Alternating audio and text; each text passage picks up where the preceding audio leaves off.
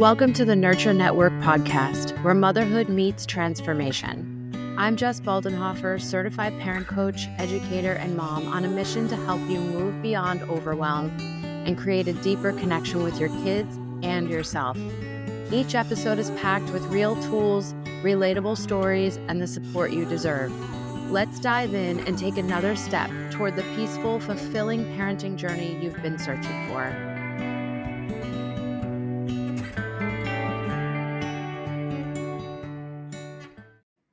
Hi, welcome back to the Nurture Network. Before we dive in, I want to tell you that I'm launching something really special this Mother's Day, a 5-week Boundaries Bootcamp just for moms. If this topic resonates with you, stick around to the end and I'll share how to join the waitlist and what you can expect. Today on this episode, we're talking all about boundaries. So maybe by the end of this episode, you'll think, I sure could use a Boundaries Bootcamp. So we're going to talk about boundaries and why they feel so confusing, painful, or just plain hard for so many of us. And I really believe that boundaries can be this big key to unlock all of our relationships with our children and other people in our lives. So especially if you're someone who tries to be kind, connected, a super gentle parent, setting and holding boundaries can feel in direct conflict with how you want to show up. But what if I told you that healthy boundaries are one of the most important foundations for peaceful parenting? And what if I also told you that boundaries aren't just something you set with your child, but something you have to learn to set with yourself first? So today we're diving into why boundaries feel so hard, especially for mothers, how people-pleasing and perfectionism erode our clarity, and how our nervous system makes it hard to hold the line. Also, how to start building boundaries that feel powerful, respectful, and nourishing for you and your kids. So first, I want to start with a story, and lots of parents will relate to this story, I think.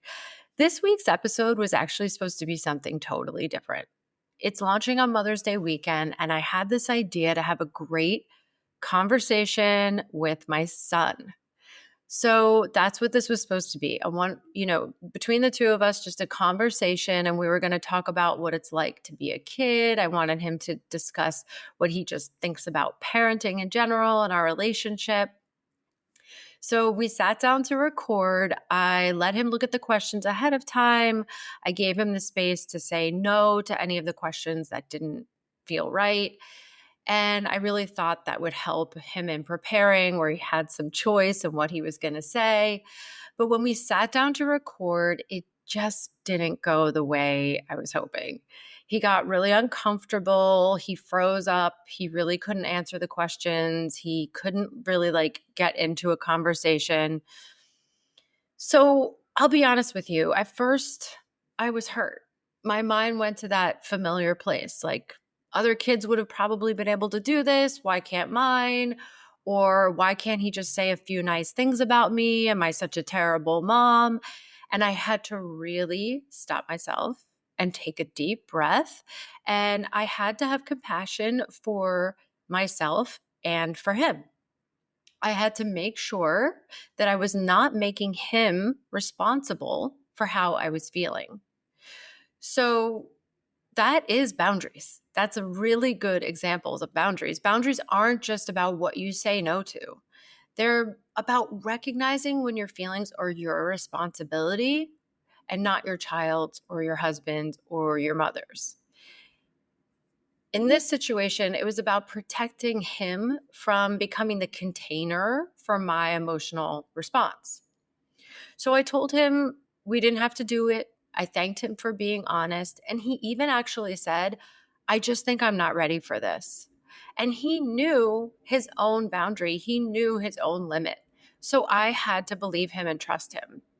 Because part of having boundaries with our children means trusting them too. Trusting their no. Trusting their capacity to know their readiness. Trusting that even when something doesn't go the way you hoped, it can still be the right choice. So let's zoom out for a minute. Why are boundaries so hard for so many moms? Many of us were raised in homes where boundaries were either rigid and punitive or completely non existent. We may have been taught to be nice, quote unquote, at all costs, to put others first, to please the adults around us, to be the peacemaker, the helper, the one who doesn't complain. And beyond that, we often weren't allowed to have boundaries of our own. Our no wasn't respected. Our preferences were dismissed. We weren't asked our opinions or given choices that mattered. Over time, that really does something to you. It erodes your connection to yourself. You start to feel like it's your job to tune into everyone else and override whatever you might want or need.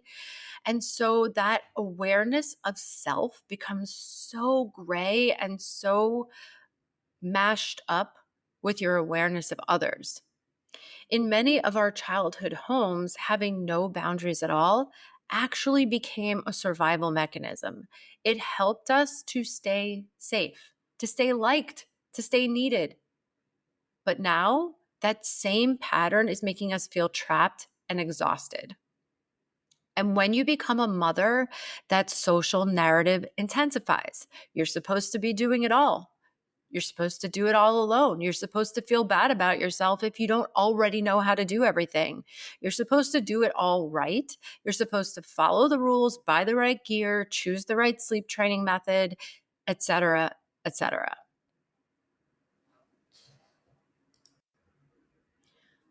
So, boundaries aren't just something we practice with other people. They're something we hold within ourselves every single day. And when those internal boundaries are missing or porous, it's like our energy leaks out through invisible holes. You know the feeling. You say yes to the thing you really don't have the capacity for. You scroll through your phone late at night instead of going to bed because it's the only time you've had to yourself. You jump to answer every text, every email, every school request because you're the only one who always steps up. And when we wonder why we don't have the patience to respond calmly when our child melts down or screams, I hate you, or refuses to get in the car, we think it's a parenting problem. But really, it is a boundaries issue. It's that we're constantly living outside the margins of what we actually have to give. Having boundaries with ourselves sounds like, I need 15 minutes alone before I re enter the chaos of bedtime. Or I can't say yes to every volunteer opportunity. It's okay to protect my time. I'm not checking emails or group chats after 8 p.m. I'm going to pause before responding to this text that's triggering me. And just as important, it's about knowing what's yours and what isn't. So many of us get completely wrapped up in the emotional life of our children. They're angry, so we feel unlovable. They're disappointed, so we feel like we failed. They're anxious, so we immediately take on the job of fixing it. But the stronger our boundaries are with ourselves, the more anchored we are in who we are, what we need, what our values are, and what our job isn't. And then we have a better understanding of what their thing is and what their job is. And the less likely we are to get swept up in the storm. We can meet our child's emotions with empathy without making them about us. And that's the goal. But if we are in a place of constantly having our needs not met and not even aware of like what it is we actually need, it's very, very difficult for us to help us teach our children how to be aware of their own needs. One of the most powerful, surprising places we can learn about boundaries is actually from watching our kids. Children are incredible at expressing their boundaries, at least when they're young. Their no is loud, clear, immediate, and honestly kind of awe-inspiring. They're very clear on their own boundaries within their bodies, too. They know when they're done. They know when they don't like something. They know when they need space or help or comfort, and they ask for it. They don't always have the tools to know how to ask for it in a constructive way, but if we look closely, They're asking for it in the ways that they know how. It may not always sound polite or come out in a socially acceptable way, but it's honest and it's real, and it's rooted in a deep connection to their own needs. We often try to teach our kids boundaries, but if we're paying attention, they're teaching us just as much. They're reminding us what it means to be attuned to our bodies, to say no when something doesn't feel right, to stop when we're overwhelmed, to move closer when we need connection, and pull away when we need autonomy. We were taught to ignore our own hunger, our own tiredness, our own intuition. We were taught to comply, to perform, to achieve, and to impress. So when our kids show us what embodied boundaries look like, it can feel really confronting. We might bristle at their refusal, take their no personally, feel disrespected when they assert themselves. But what if, instead of shutting down, we got curious? What if we saw their boundary setting as a skill, not a threat? What if we used their honesty as a mirror to notice when we've gone numb to our own signals? What if we allowed their clarity to reawaken ours? We're not just here to mold our kids. We're here to be shaped by them too. Because raising humans who trust themselves, who respect their own boundaries and those of others, starts with us doing the same. And that means honoring their no, even when it's inconvenient. It means modeling our own no, even when it's uncomfortable and inconvenient. And it means being in relationship in a way that's rooted in mutual respect, autonomy, and not just obedience. If this conversation is resonating and you know that boundaries are the work that you want and need to do right now, I want to invite you to something special. This Mother's Day, May 11th, I'm officially opening enrollment for the Boundaries Bootcamp, a 5-week small group experience for 10 amazing moms.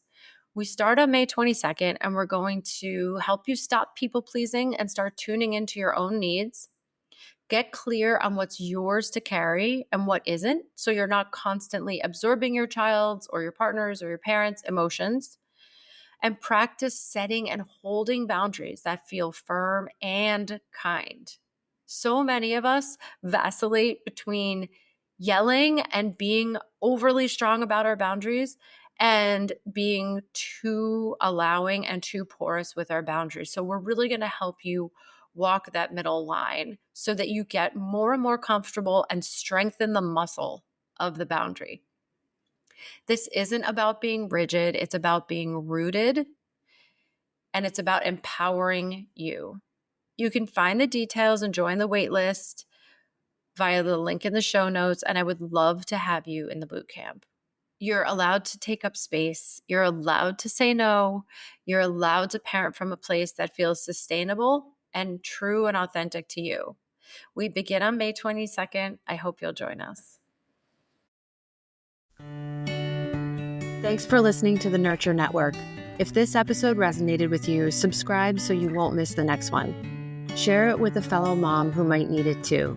Until next time, remember that nurturing yourself is the first step in nurturing your family.